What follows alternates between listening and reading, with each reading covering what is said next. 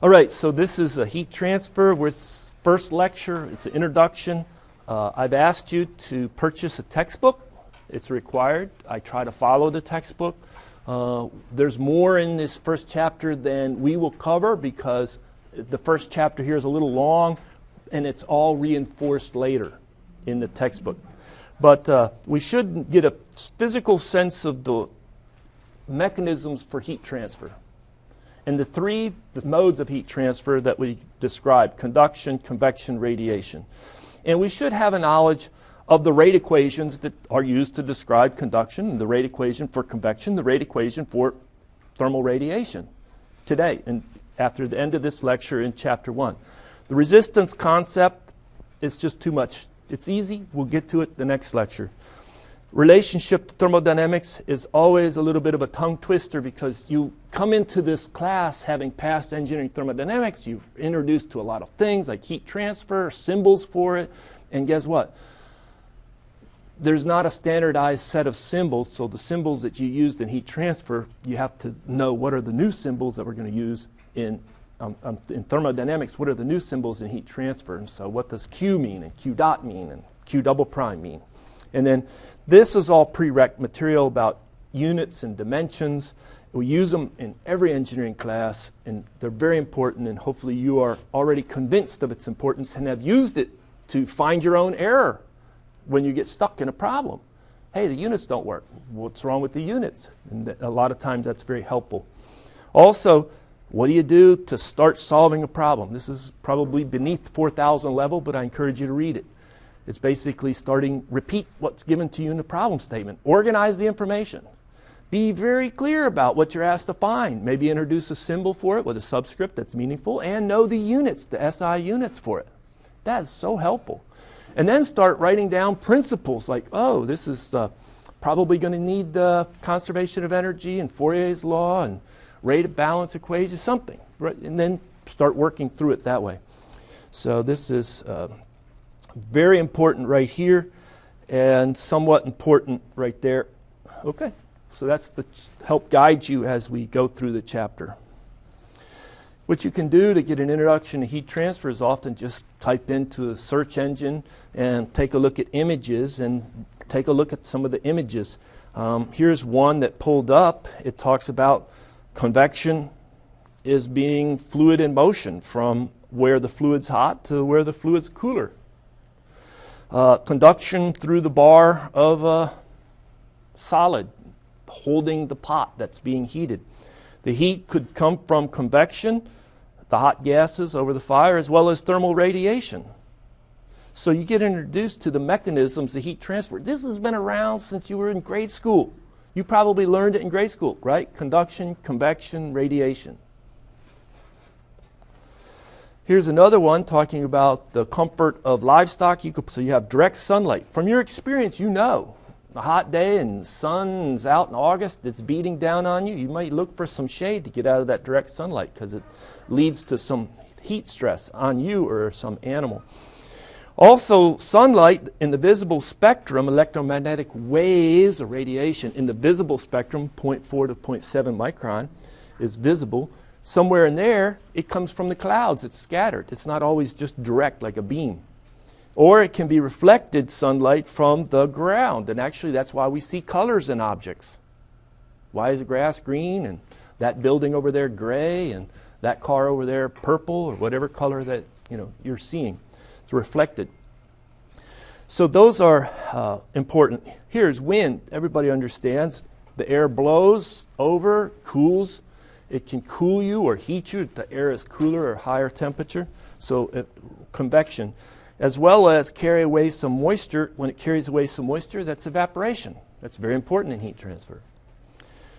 This is really only the hoof is in contact with the ground, which may be a different temperature, so you have conduction. But if that animal laid down on the ground, there would be a lot more conduction with it.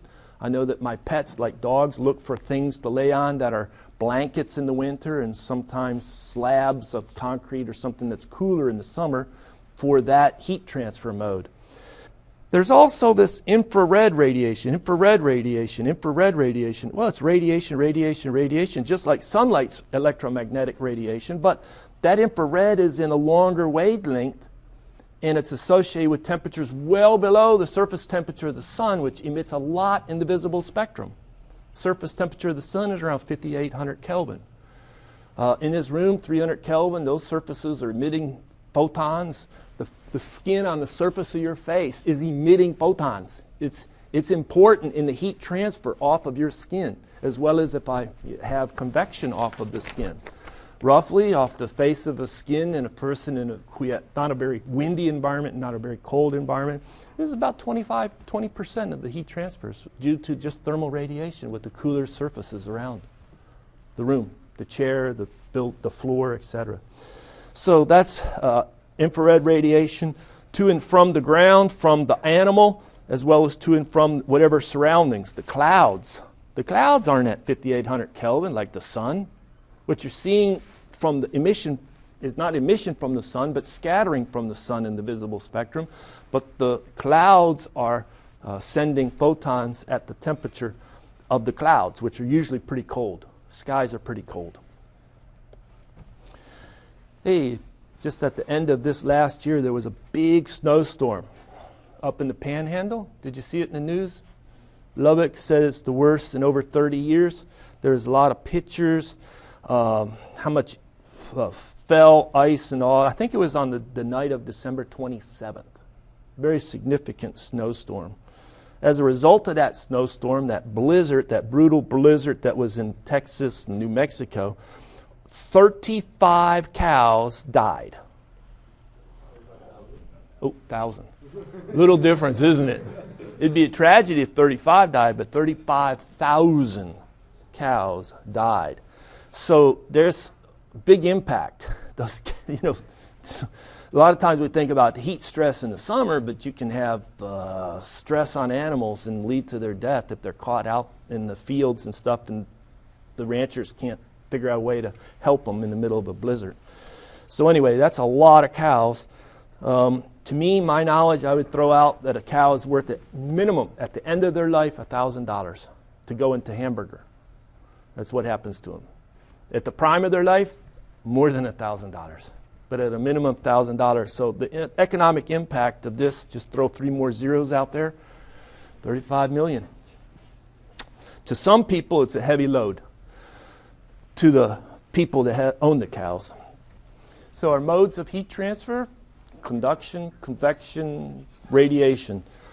Conduction can go through solids, liquids, gases. It's just material that has no bulk motion. Convection, you can have gas that is in an enclosure where it's hot on one side, cold on the other. Guess what? Hot air rises, cold air sinks. And you get this motion, not due to a pump, not due to a fan. It's just because hot air rises, cold air sinks. Buoyancy, natural convection. You could have force, you could have a pump, you could have a fan, you could have something moving the fluid. If you want to help heat transfer, you push it. You push the fluid, pull the fluid, move the fluid. You could have the fluid such that it boils, it's changing phase. That's a very high heat transfer, as well as condensation. When it condenses, that's a very high rate of heat transfer, those last two. In radiation, there's so much about radiation. I just hate to say it, but I'll give you a glimpse into it at the end of the semester. But you talk about solar radiation because it's electromagnetic in nature. And you talk about the UV, ultraviolet. That's why a lot of people wear those UV shades, right? Protect your eyes. In Texas, you need to. If you're in an environment where there's a lot heavy, intense sun, you need to be protecting your eyes at a young age. True? Anybody go mountain climbing in the winter, or where there's snow, they're walking on it? Yeah, you need to protect your eyes. As well as fishermen out on the water without the reflective load, protect your eyes. Sand, protect your eyes. Okay, and then the IR, that's an infrared, longer wavelength. A lot of heat is transferred in that spectrum. Often we are just going to limit ourselves to surface radiation. That means the gas is between, but the gas is transparent. It's not participating. The photon just goes through it. But you could have a semi-transparent gas, like a cloud. Very difficult or more challenging, more time. We don't have the time to deal with it, but those are more challenging to deal with mathematically, where the radiation can get so far in the gas, then be absorbed or scattered, and the gas is emitting as well. Let's spend a little bit more on conduction. So we know that it's heat transfer through material, from hot to cold. So a lot of times we think about our material being in a slab. And we introduce a coordinate system x. And x goes from 0, the left side of the slab, to L, the right side of the slab. So our slab is of thickness L. And it's made of some stationary material. That material could be a solid, could be a liquid, could be a gas, but there's no bulk motion of the material. Is there some sort of molecular motion? Often there is. On a molecular level, the solid particles are jiggling around, the liquids are flowing around as well as vibrating, and gases are, if it's an ideal gas, translational mode as well as rotational and vibratory modes of molecular motion. But it's no bulk motion. On the y-axis, what we do is we often plot temperature. And so if it's higher temperature. Maybe on this surface over here, we call that T1. And then at this surface, the right surface, it's over here, lower temperature, T2. What do you think the temperature profile looks like through the solid? If it's steady state, it's just, whoops, I missed the mark there, sorry. Straight line, isn't it? So what we have is we're predicting the rate of heat transfer through that slab. And we use Fourier's law. So this is Fourier's law. Q double prime equal to minus K dt dx. All right? Well, we have to uncouple it and describe all the terms in Fourier's law. First, the temperature distribution, T. T is a function of location x. This is simplest, one-dimensional heat conduction. Can you see that? You could write probably an analytic expression for that, couldn't you? Maybe it would be, this would be a little challenge. Can you write T as a function of x for this problem? You say, oh, I think it starts at T1, and then it's going to be T2 minus T1 times x divided by L. Did I do it successfully? Will that equation work? Is it linear with respect to x? If I put in x equals 0, do I get T1? If I put in x equal to L, do I get back T2? So see, that's what we mean by a temperature distribution. You can write it or have it numerically expressed, some function. Now, what is this dt dx? That's the temperature gradient. That's not the temperature distribution, that's the gradient of the temperature distribution, which is the slope. For this problem, is dt dx, this would be a clicker question. I don't have my clickers running today, but maybe next time. Is that going to be positive or is it negative? Is dt dx a quantity greater than 0 or is it less than 0? I would say, oh, give me answer A or click answer B if you think, which one? Which one do you think it is? Very good. It's negative. It's negative, meaning that in the direction of increasing x, what's the temperature doing? Going down. Going down. So it's a negative temperature gradient. Heat flows in the positive x direction. Isn't this the positive direction of heat flow from hot to cold? That's why there's a minus sign in Fourier's law. I always make them, I'm not always, but it's common for me to leave that out. It's a common mistake. Whatever. Error. It's a common error that I will sometimes make, and the student will sit there and say, excuse me, professor, did you need to put that minus sign? Yes, I did it again. I left it out. Okay? So it's uncommon to have that negative sign, or it's awkward to have that negative sign, but please note that it's in there. It's part of the equation. All right. And why is it in there? Because heat flows down the temperature gradient from hot to cold. What is this parameter K? Thermal conductivity. That's its name. Thermal conductivity. If I have a slab of copper, it has a different thermal conductivity than a slab of aluminum or a slab of just steel or cast iron. It's a property of the material. If I have water, does water have a thermal conductivity? Yeah. Does air, gas have a thermal conductivity? Yeah. And so you just look up the value of that property because some people have experimentally measured the thermal conductivity and put it in a table for the properties of interest, materials of interest. The heat flux, Q double prime, that's how many watts per meter squared. So it's the rate of heat transfer, watts, per meter squared, per unit area. What is this area? Well, it's that perpendicular cross-sectional area that the heat is flowing across. It's that perpendicular area. Sometimes the students will get confused. What area do I use? Right? Or what is this watts per meter squared? What area is that? That's that perpendicular area for the flow. So if you look at the units of watts per meter squared, what are the SI units for the temperature gradient? Degree C per meter. You can work out the units for thermal conductivity. And if I had more time, I would ask you to do that. How many people already know it? What are the units, SI units for thermal conductivity?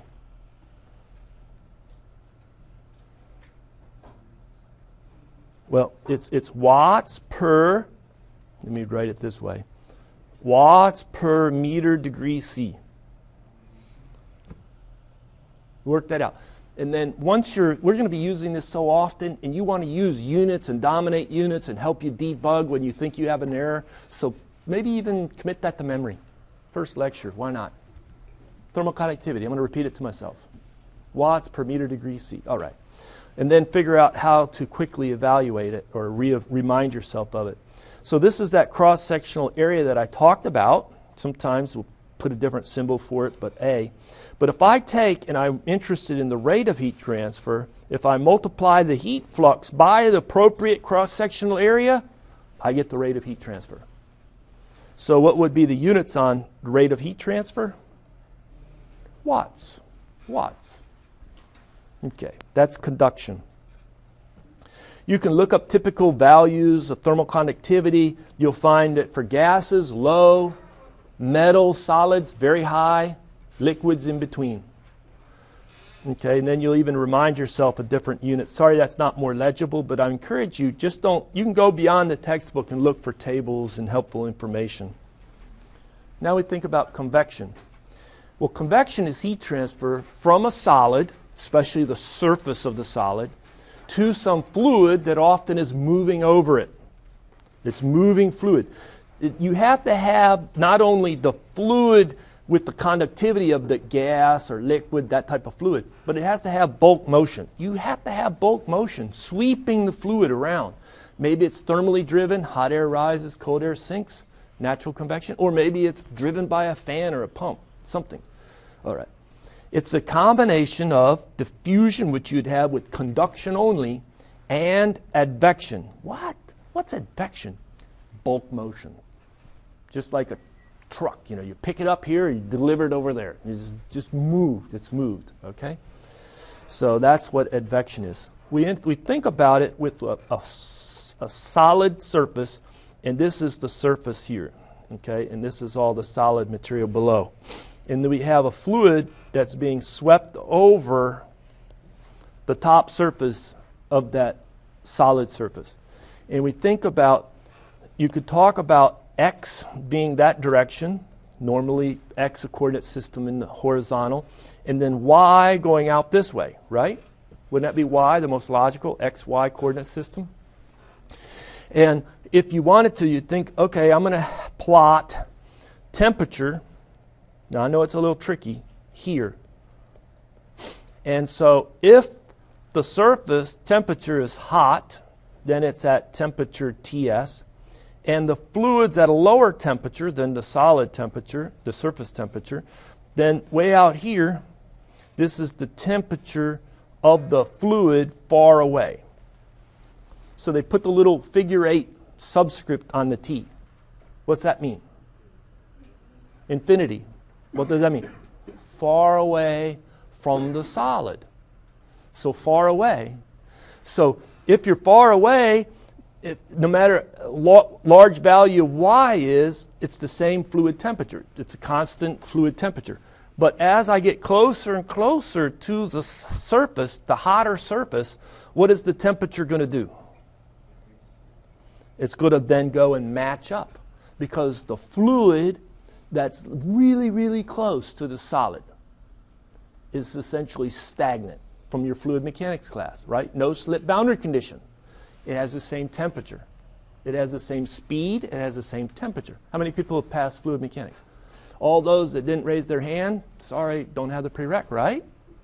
Yeah, we're talking about the boundary layer again. True? But we have a thermal boundary layer. So this is the thermal boundary layer region right in here. It's where the temperature is a function of y. Temperature is a function of distance moving away from the solid into the fluid.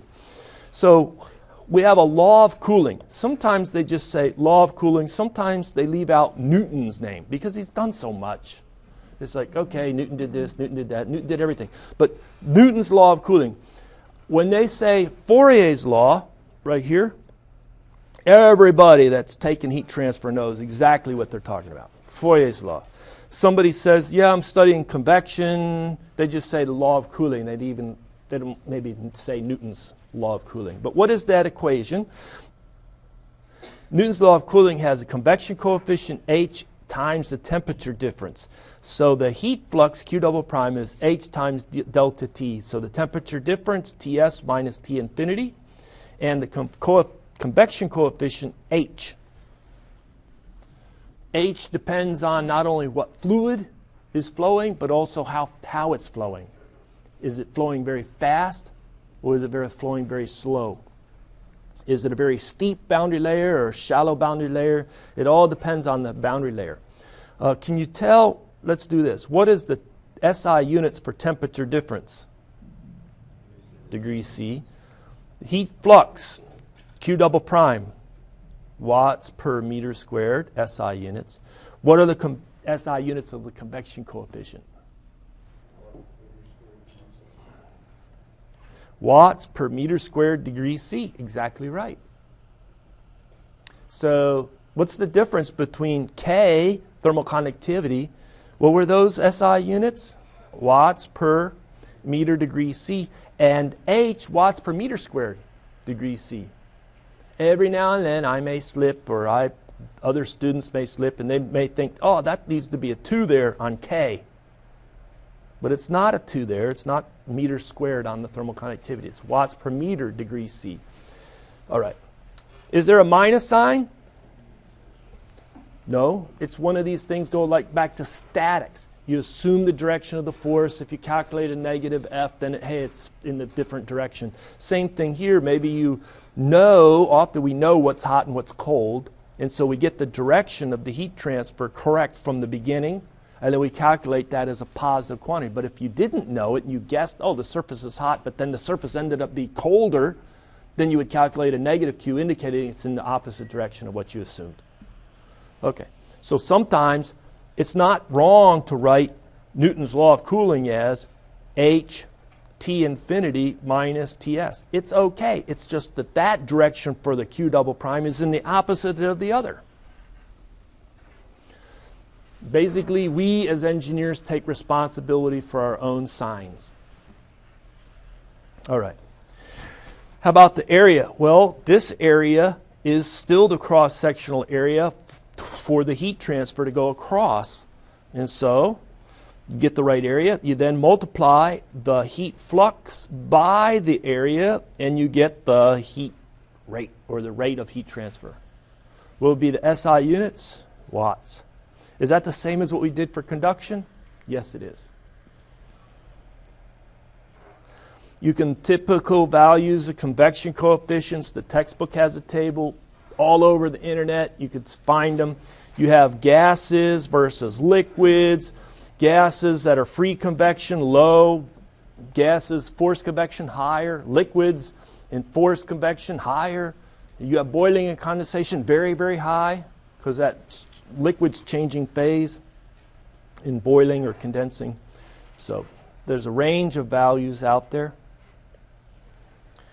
Somebody says, The convection coefficient's reported to be 10 watts per meter squared Kelvin. But I don't need it in those units. I need it in the units of watts per meter squared degree C. So what's the difference? Not the watts, not the meter squared. What's the difference? I'm going to have to use 273 somewhere in this to convert. No. So, can you convert between an H in those units to the H in the units you want, which would be watts per meter squared degree C instead of watts per meter squared Kelvin? What would the answer be?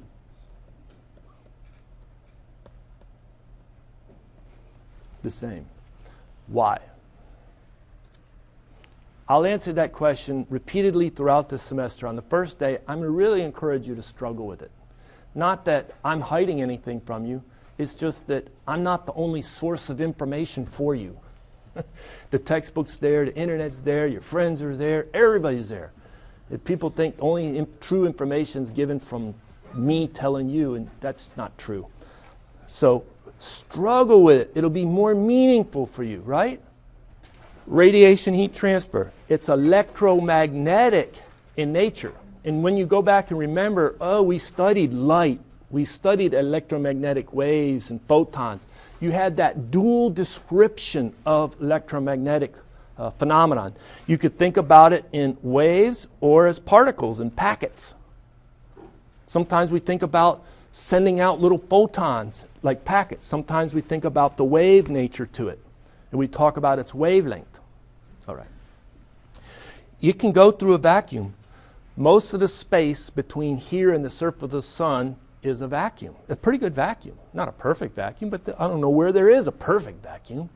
But there's, per every cubic meter of space out there, there may be a few wandering helium, or something, molecules. But it's a really good vacuum. Well, electromagnetic waves, easy. It just goes right through the vacuum. It doesn't need a material to be transported. So you can also go through transparent gases that don't participate. So it just flows right through. Well, for the study of thermal radiation, we're going to use the Stefan-Boltzmann law. The Stefan-Boltzmann law is Q double prime is equal to sigma T to the fourth. What is this?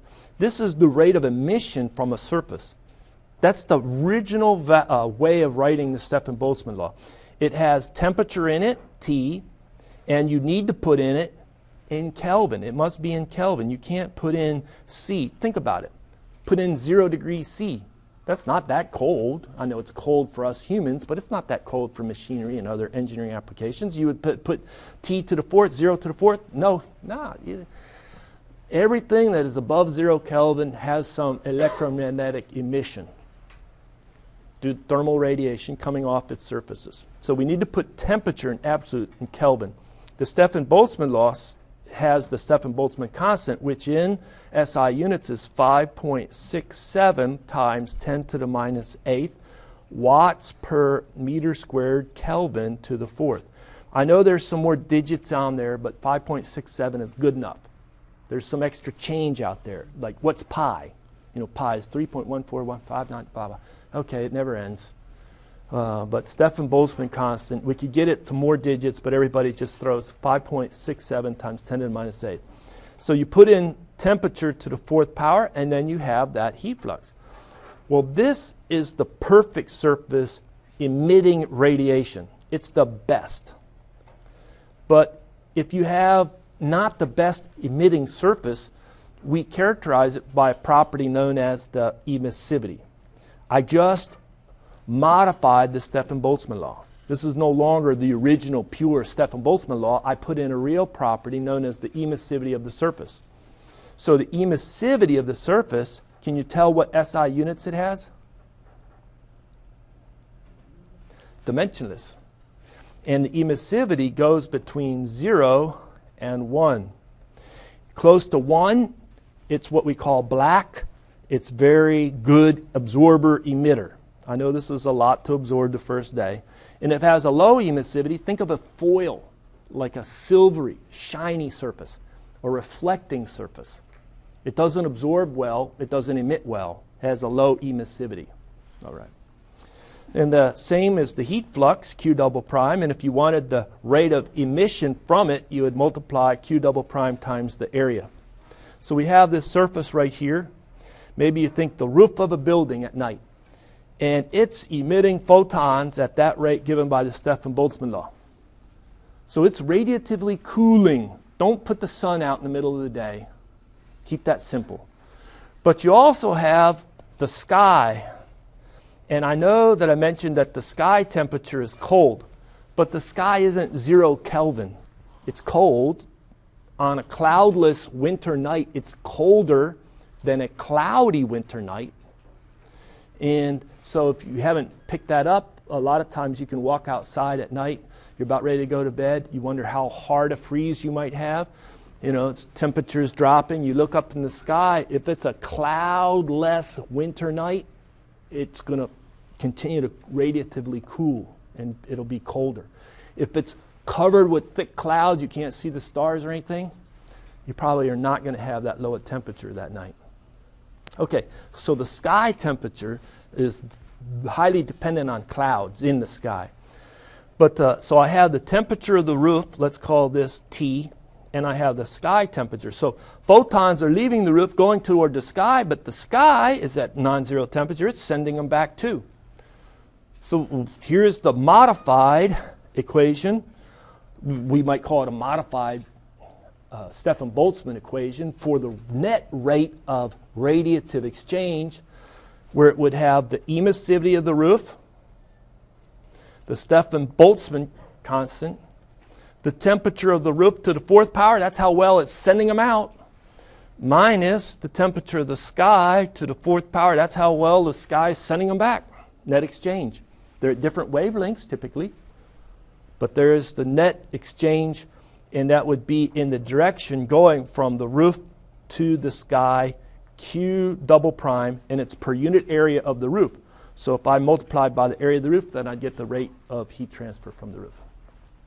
That's a lot to absorb. There's a lot in radiation. We'll get to it. Okay.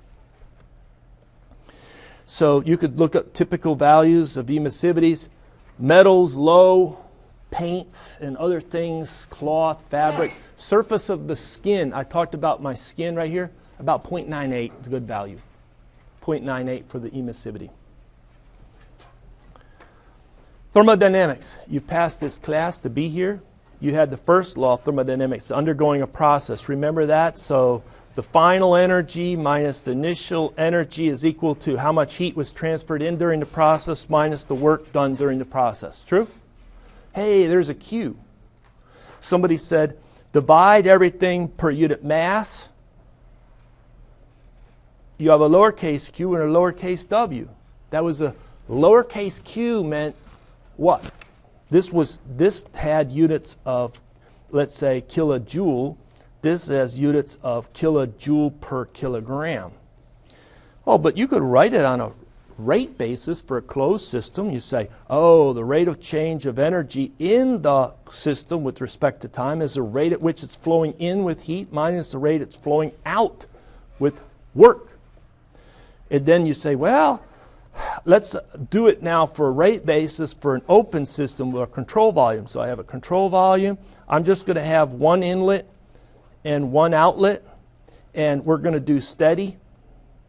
And you probably can write that down. Come on now. Steady state. I can spell steady. So the rate of change of energy in the control volume with respect to time, that whole side is equal to 0, is equal to the rate at which it's flowing in with heat transfer, coming in like this, minus it going out of the control volume, typically with shaft power, plus we have the mass flow rate bringing with its enthalpy in and taking enthalpy out. True?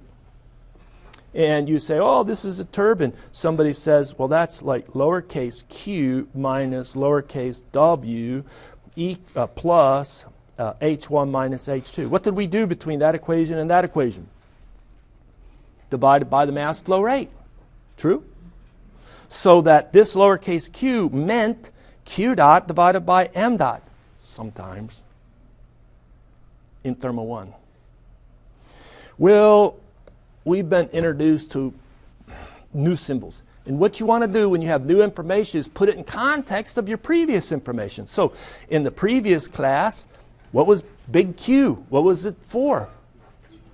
What were its SI units? What was lowercase q? Was there a Q double prime or not? Was there a Q dot? This is a, can you see the dot on top? And the lowercase q dot.